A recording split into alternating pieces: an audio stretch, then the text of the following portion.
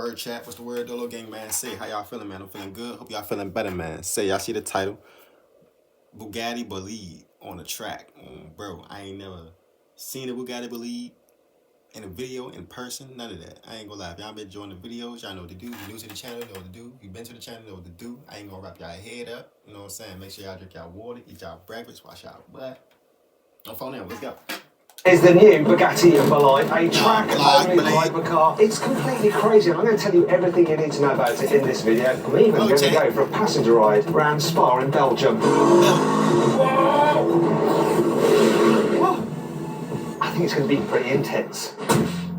I ain't gonna lie, just looking at this, y'all, it's gonna be intense. Now, you might think this car is based on the Chiron. It's not. It's got a completely bespoke chassis created by a team called Dallara. They make Formula 2 cars, and the idea is that this meets the FIA standards for Le Mans hypercars. Now, crash testing for track-only hypercars is quite different than for road cars. Reason being, they have to be able to absorb much greater impacts because of the speeds that these things are actually doing out on the track. For example, the Bolide's carbon fibre monocoque can withstand 12 tons of crushing force on its roof, and the crazy X-Wing style rear bodywork can take 6 tons of force in case you have a rear end shunt. Even the headrest supports are able to cope with 700 kilograms pushing down on them, and all these components had to be engineered from scratch exclusively for this car. Now, what is shared with the Chiron is the engine.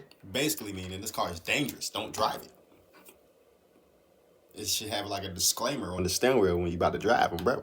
So it's an 8-litre quad turbo. It's the Bugatti Chiron Super Sport. So you've got 1600 horsepower, 1600 newton meters of torque, driving all four wheels via a 7-speed dual clutch automatic gearbox. Yeah. 1600 all-wheel drive. Yeah, that's scary.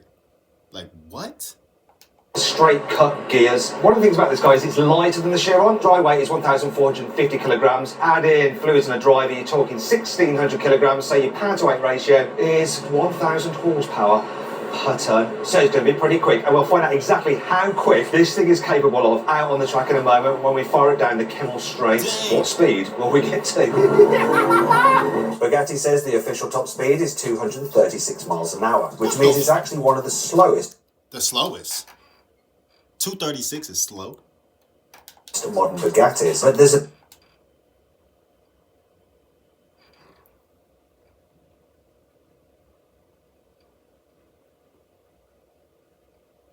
267 304.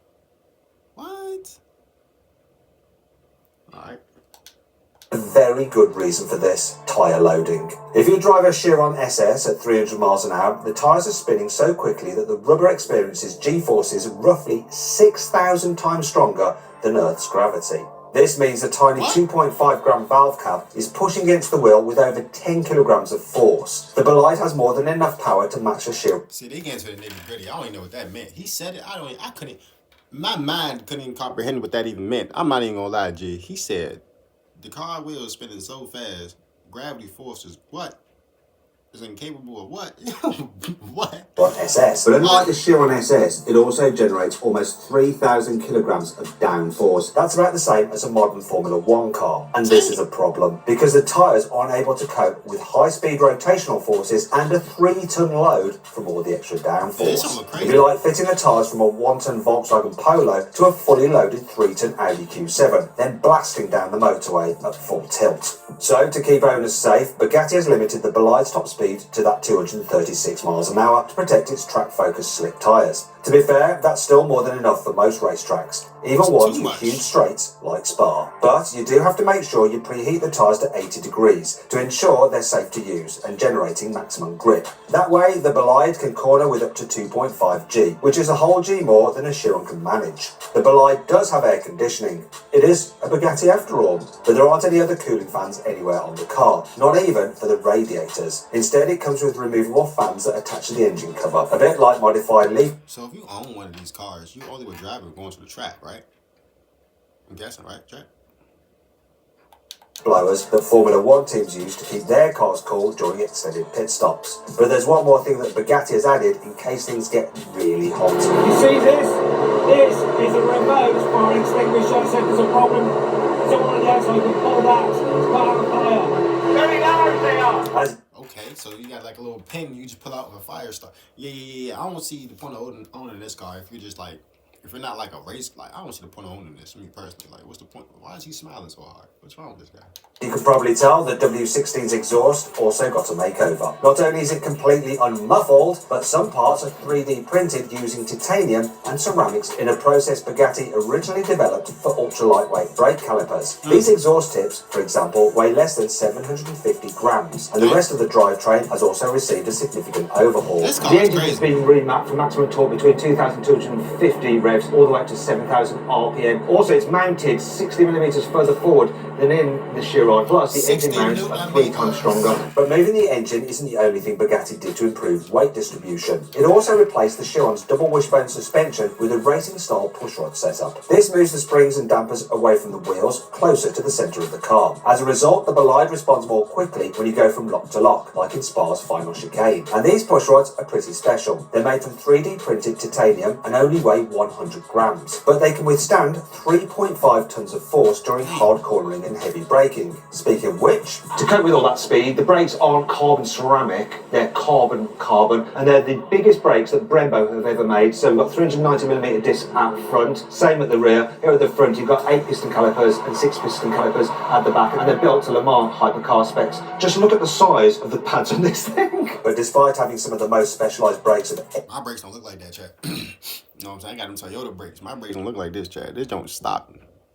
Phone them, Chad. any Bugatti, there are a few things about the Bolide which are actually pretty ordinary. The car actually comes with 2 sets of wheels. So there's the ones for the track, and there's these transport wheels, which are skinny, normal road bars, just for moving the car about. The car can run on 98 octane fuel, you know, the stuff that you get for your normal petrol station, but out on track, you want this 110 octane race fuel. The car has 110 octane race fuel. Like what? a 16-gallon fuel tank, but it only averages about 2 to 3 miles per gallon out on track, which means you can do around 40 miles before you have to come in and refuel. But to be fair, by then your tyres are done. So here we go. There's no point of owning it. There's no point of you drive 40 miles. I'm pretty sure you're decking it, y'all. You hauling down the highway 40 miles. You drove 40 miles, less than 40 miles. You know what I'm saying? You 15 miles down the road. You gotta get gas. 110 octane race gas. What am I buying this car for? Off out in a Bugatti Bolide. What am I? Taxes was chasing updates. Owner's second day with the car. He had it delivered yesterday. He's running it in, he says. We'll find out exactly what. Alright, chat, before you get the racing chat, y'all get in this thing for chat. Me personally, yeah, I'm getting in this joint. I ain't gonna lie, chat. I'm in here, I feel safe. I got a race car drive, I'm in a Bolide. Yeah. Why wouldn't I Running in a Bolide I'm pretty sure you know I how to don't drive. think it's going to be quite like how I run in cars, but we shall see. Now, I've been to Spa before. I've done a few track days, but I have never joined the circuit at the top of Eau Rouge. Here we go. This joint looks fine, chat. Well, it definitely feels firmer than the other Bugattis I've been in. But then I guess it's not like a Chiron at all, apart from the powertrain. Whoa! Okay. He's getting straight into it, let's say that. Man, I would have told them people, give me the helmet with the mask shield. I don't want my face to be out, man. I need to cover it. No cap, man. Oh, flat through the corners. But remember, it's still quite a heavy car, 1,600 kilograms with the driver. It's quite interesting just feeling it going through the corners. I've driven quite a few times in like Porsche GT cars and stuff, but now with insane punch from that Bugatti. W16, wow. This is my scariest corner on the entire track. Go on, just holding, go wide, then come back in. Always conscious of that wall. Wow, the way this grips. Whee! My goodness. Just the thrust this thing gets. Like now, as we're going to come out the corner, there, just feeling that W16. We're coming to another part of the track, which is high speed, quite scary. Blanchiment, we're going to be coming out to it in a moment. It's going to be interesting to see just how this Bugatti engine pulls here. Whoa! Got what looks like a Ferrari challenge car in front of us, and the weight just closes the gap right there on the straight. It's quite insane. Oh, this is the corner. Whee! Here we go. You notice it's quite early braking this car because of the weight and the speed that you're carrying. Oh, it's right in the curbs well. Right, here we go, watch this, watch this, watch this. God, here we go. Look at it, just getting that Ferrari. I hope you've seen us, otherwise this will be an expensive collision. I'm now coming down for Eau Rouge. I'm just going to go and say a little prayer. Whoa. So yeah, that's quite lovely braking because of the way of the car. Whoa. Hold. I ain't gonna lie, this joint is moving and driving so smooth. From this angle, you see how like, look at this joint, how this joint moving. This joint moving like efficient. Very efficient. I hope you've seen us, otherwise this will Watch it. be an expensive collision. I'm now coming down for Eau Rouge. I'm just going to go and say a little prayer. Very efficient. Whoa. So yeah, that's quite lovely braking because of the way the car. See how that joint holds really well. Oh, and then this efficient, check. My goodness, I'm trying to look over to the speed. I've no idea what's that. 300. 340, I'm sorry. 340 kilometers per hour is actually 211 miles an hour, which 211? interestingly is 1 mile an hour slower than I managed at the Bugatti Chiron SS on the Autobahn. Anyway, the Chiron just wouldn't be as quick as the Bolide around this track. In fact, it's starting to mess with my head. Looking away, the track has made me feel slightly disorientated. What's really strange about this is just the time between the corners is so much shorter than anything else. And yes, chat, driving takes real skill. Like, this takes skill. Driving takes some type of skill. No, it takes skill. Yeah, so, yeah. I've ever been in on this track. It's just straight. I would need a lot of practice. Over so soon. The driver's getting into his stride now. I'm trying to think the speed we're going through there. Normally when you're on a track, it can hide the performance of a car, but this car just has so much power that it doesn't matter. We're not even driving this thing, right? And I'm going to need a break and a sit down after this. Oh, we've got a red flag.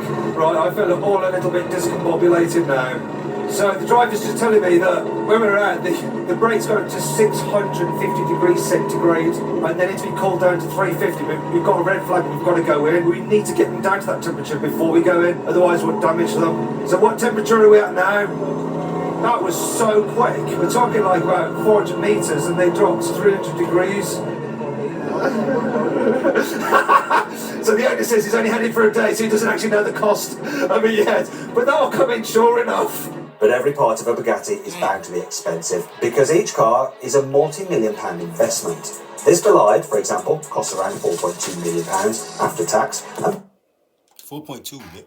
I ain't gonna lie, 4.2 million for this might be the worth of buck. Might not. I don't really know, me personally.